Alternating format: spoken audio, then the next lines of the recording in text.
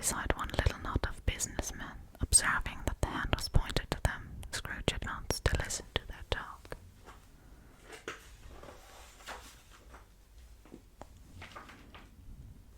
"No," said a great fat man with a monstrous chin. "I don't know much about it either way. I only know he's dead." "When did he die?" inquired another. "Last night, I believe." "Why, what was the matter with him? I thought he'd never die." "God knows," said the first with a yawn. "What has he done with his money?" asked a red-faced gentleman. "I haven't heard," said the man with a large chin. "Company, perhaps.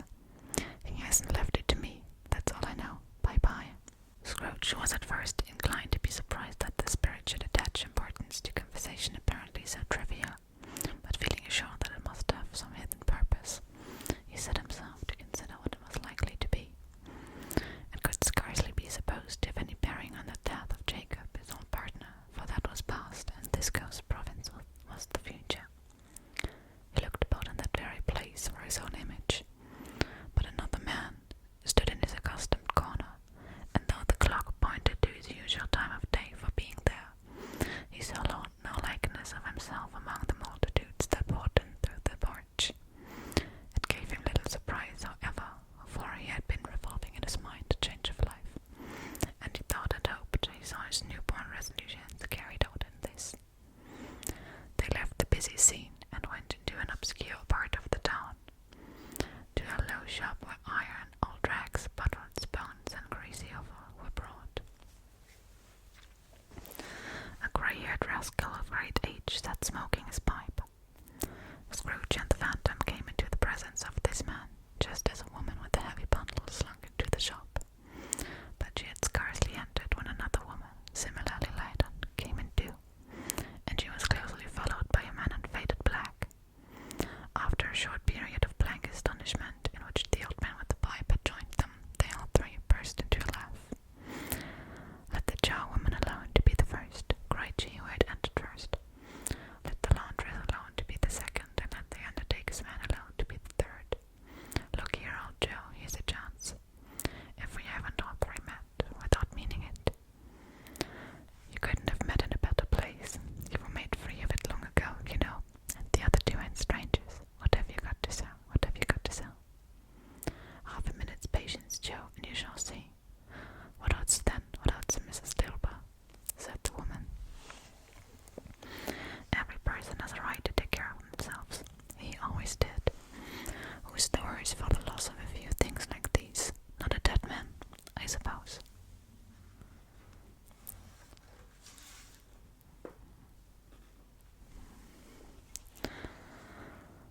"No, indeed, ma'am," said Mrs. Dilber. "If we wanted to keep him after he was dead, we could old Screw. Why wasn't he natural in his lifetime? If he had been, he'd have had somebody to look after him when he was struck with death, instead of lying gasping out his last there alone by himself."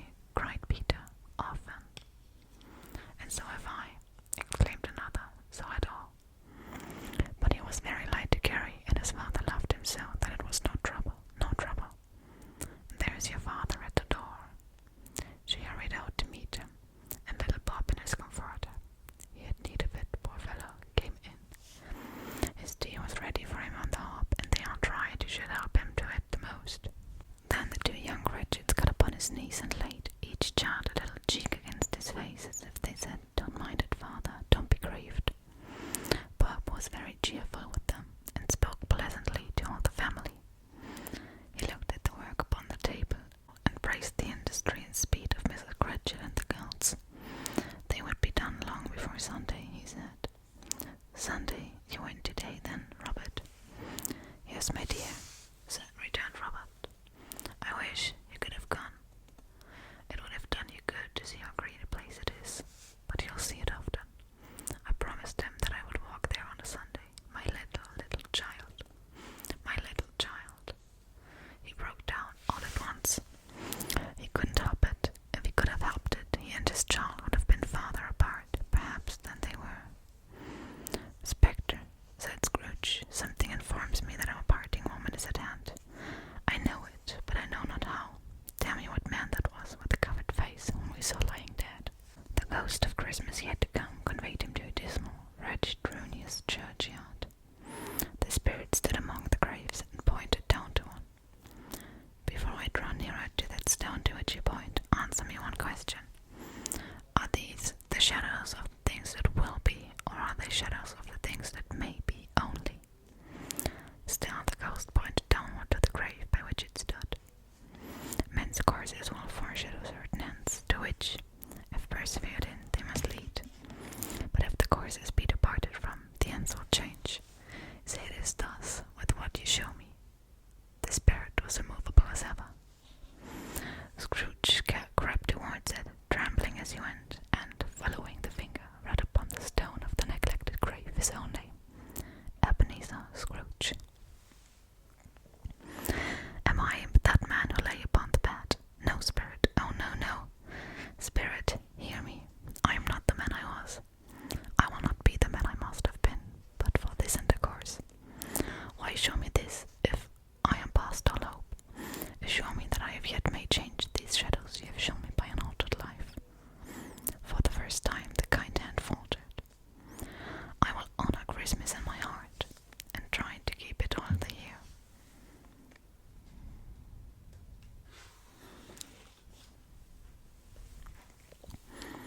"I will live in the past, the present, and the future. The spirits of all three shall strive within me. I will not shut out the lessons that they teach. Oh, tell me I may sponge away the writing on this stone." Holding up his hands in one last prayer to have his fate reversed, he saw an alteration in the phantom's sudden dress. It shrunk, collapsed, and dwindled down into a bedpost. And now, the end of it. Yes, and the bedpost was his own. The bed was his own. The room was his own. Best and happiest of all, the time before him was his own to make amends in. Running to the window, he opened it and put out his head.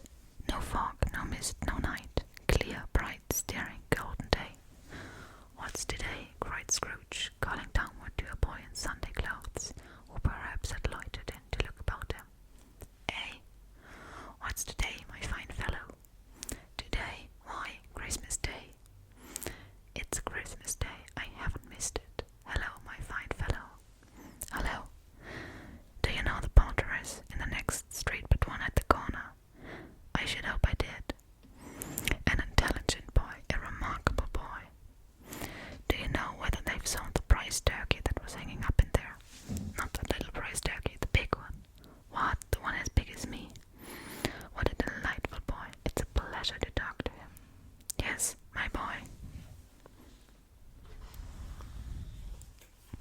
A little foreshadowing. "It's hanging there right now." "Is it? Go and buy it."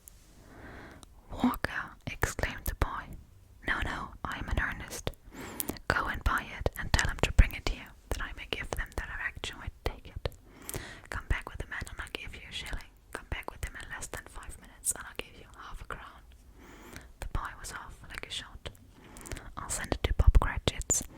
He shan't know who sent it. It's twice the size of Tiny Tim. John Miller never made such a joke as sending it to Bob's will be." The hand in which he wrote the address was not a steady one, but write it he did, somehow, and went downstairs to open the street door, ready for the coming of the Poulterer's man. It was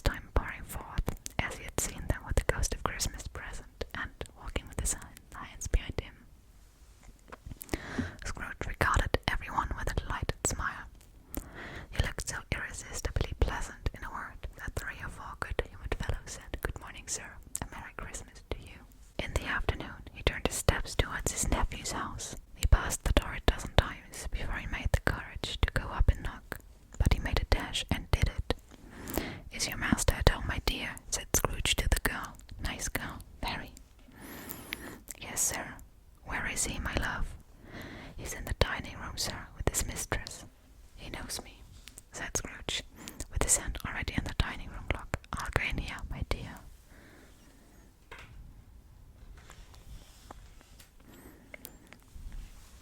Fred. Why, bless my soul, cried Fred. Who's that? It is I, your Uncle Scrooge. I have come to dinner. Will you let me in, Fred? Let him in. It is a mercy that he didn't shake his uncle's arm off. He was at home in 5 minutes. Nothing could be hardier. His knees looked just the same. So did Topper when he came. So did the plump sister when she came. So did everyone when they came. Wonderful party, wonderful games, wonderful anonymity, wonderful happiness. But he was early at the office next morning. Oh, he was early there. If he could only be there first and catch Bob Cratchit coming late. That was the first thing he had set his heart upon. And he did. The clock struck 9. No Bob. 1/4 past. No Bob. Bob was full 18 minutes and a half behind this time. Scrooge sat with his door wide open that he might see him come into the tank. Bob's head was off before he opened the door, his comforter too. He was on his stool in a jiffy, driving away with his pen as if he were trying to overtake 9 o'clock. Hello, growled Scrooge in his accustomed voice, as near as he could feed it. What do you mean by coming here at this time of day? I am very sorry, sir. I am behind my time. You are? Yes, you are. I think you are. Step this way, if you please. It's only once a year, sir. It shall not be repeated. I was making rather merry yesterday, sir. Now, I'll tell you what, my friend. I am not going to stand this sort of thing any longer, and therefore, Scrooge continued, leaping from his stool and giving Bob such a dig in the waistcoat that he staggered back to the deck again. And therefore I am about to raise your salary. Bob trembled and got a little nearer to the ruler. A Merry Christmas, Bob, said Scrooge, with an earnestness that could not be mistaken as he clapped him on the back. A Merrier Christmas